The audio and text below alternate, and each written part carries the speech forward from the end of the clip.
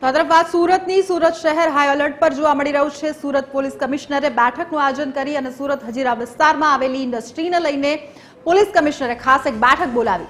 હજીરા ઇન્ડસ્ટ્રીમાં આવેલી કંપનીઓના સિક્યોરિટી હેડ સાથે ખાસ મીટિંગ કરવામાં આવી।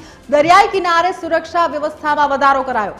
ઇન્ડસ્ટ્રી વિસ્તાર હથિયાર સાથે પોલીસ જવાનોનું સતત પેટ્રોલિંગ, મોટી કંપનીઓની સિક્યોરિટી માટે મહત્વના મુદ્દાઓ બાબતે પણ ખાસ અહીં ચર્ચા વિચારણા કરવામાં આવશે।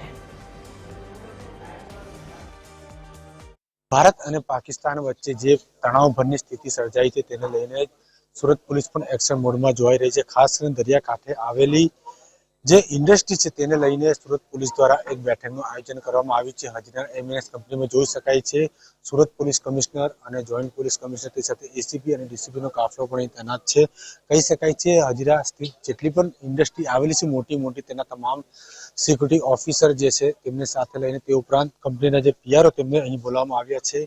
કયા પ્રકારની તકેદારી રાખવામાં આવે તે તમામ પ્રકારની અહીં જે ચર્ચાઓ કરવામાં આવશે। તે ઉપરાંત જે પ્રકારની તકેદારી રાખી શકે તે પ્રકારની અહીં ચર્ચાઓ કરવામાં આવશે। કહી શકાય છે કે જે રીતે તણાવવાળી સ્થિતિ સર્જાઈ છે તેને લઈને તમામ જે ઇન્ડસ્ટ્રીને જે તકેદારી રાખવા માટે સૂચના આપવામાં આવી છે। તે ઉપરાંત તે ઇન્ડસ્ટ્રીમાં સ્થાનિક પોલીસ ઉપરાંત અન્ય પોલીસનો કાફલો પણ ત્યાં તૈનાત કરી દેવામાં આવ્યો છે। સાથે ત્યાંની જે અંદરની પોતાની જે ટીમો હોય છે સિક્યુરિટી તે પણ ત્યાં તૈનાત કરી દેવામાં આવી છે। પરંતુ ખાસ સલામતીના ભાગરૂપે આ જે મીટિંગનું આયોજન કરવામાં આવ્યું છે। આ મીટિંગમાં Surat police commissioner, joint police commissioner અને ડીસીપીના કક્ષાના આ તમામ ઇન્ડસ્ટ્રીના જે લોકો છે તેમને બોલાવવામાં આવ્યા છે। તેમના ખાસ પીઆરઓ અને સિક્યુરિટી ઓફિસરો તેમની સાથે ચર્ચાઓ કરી આગળ જે કોઈ ઘટના હોય તો કઈ રીતે કાર્યવાહી કરી શકે તે તમામ પ્રકારની ચર્ચાઓ કરવામાં આવશે।